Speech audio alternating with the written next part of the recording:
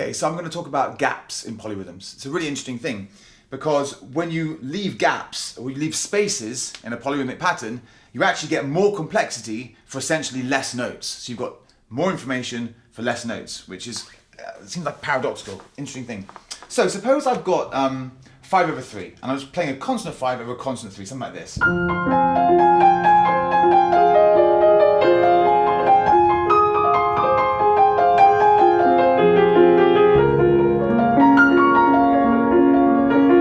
Very nice, but if I can put a gap in, so where I write like this, I would write 5 over 3, and I put a little 1 here, which means I'm missing out the first beat of each of these. So rather than 1, 2, 3, 4, 5, it's 2, 3, 4, 5, 2, 3, 4, 5, 2, 3, 4, 5, and rather than 1, 2, 3, it's 2, 3, 2, 3. Interestingly as well, because the 1's missed out, that means that none of these notes will ever meet each other. They never come together at all. So that would sound like this.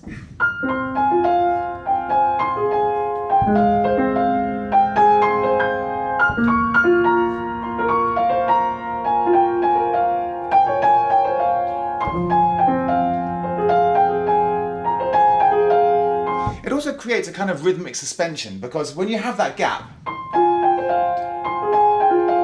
you kind of want it to fill in that gap and let it flow on. So by having this missing 1, it creates something that's analogous to a harmonic suspension, but it's like a rhythmic suspension. So what I'm going to play with the missing 1, then when I bring the 1 back in again, you'll hear how it feels like that has rhythmically resolved. So. See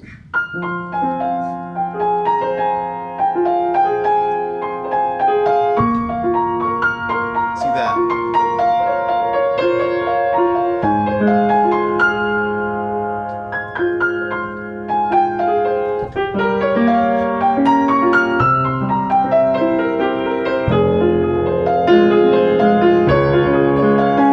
Basic idea. By missing out the 1, you're creating more complexity with less notes. And of course you can do this with any polyrhythms. You can also miss out the 2 and the 3, but let's not make it too complicated. Okay, so another more interesting way of putting gaps in a polyrhythm, I'm going to write it like this. I've got my 5 against my 3. And for the 5 there are 3 notes here. And for the 3 there are 2 notes, let's say.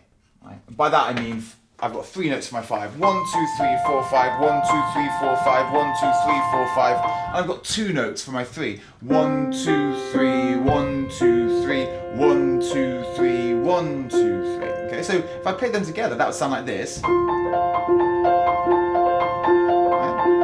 That's a 5 over 3 with the 5 phasing in 3 and the 3 phasing in 2. Okay, so far so good. But if I miss out the thumbs, say, and I like to write this as the 1 is missing from the 3 phase and the 1 is missing from the 2 phase. I'd write it like that. I personally write it like that. I actually don't think this is the best notation.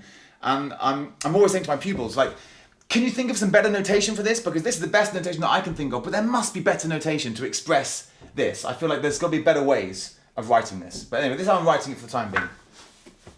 So I've got my 5 going in 3 and my 3 going in 2, which sounds like this. And I take the thumbs away.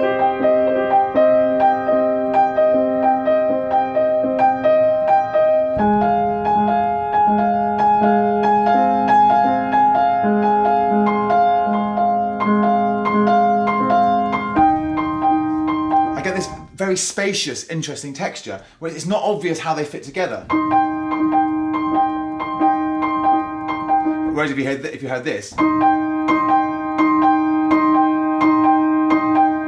very one-dimensional. So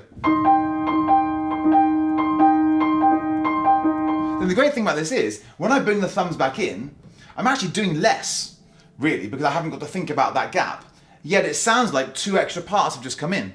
So you've got this already quite interesting rhythm. Then I bring the thumbs in.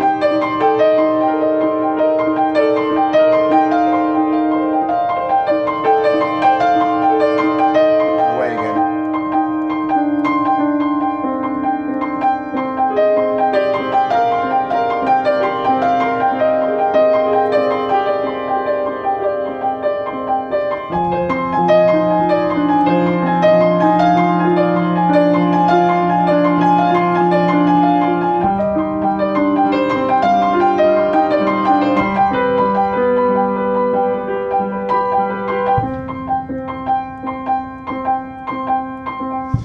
again, I hope you can see that's quite a simple pattern that can be massively elaborated. Once you've got this basic pattern going, this, you can do that anywhere on the piano with any notes in any kind of order. So this is the principle, two different kinds of gaps. One, you can put a gap on the one, and you can put a gap in the phase, which is how I'm missing the thumbs out. You can also combine them. You can also combine these two, but that's a bit more complicated. I'm not going to go into that now. Okay, so if you understand what's going on here, have a go at doing it yourself. Have a try. And if you do find anything interesting, any interesting ideas, post a link to them in the description. I'd love to hear your ideas. All right, thanks.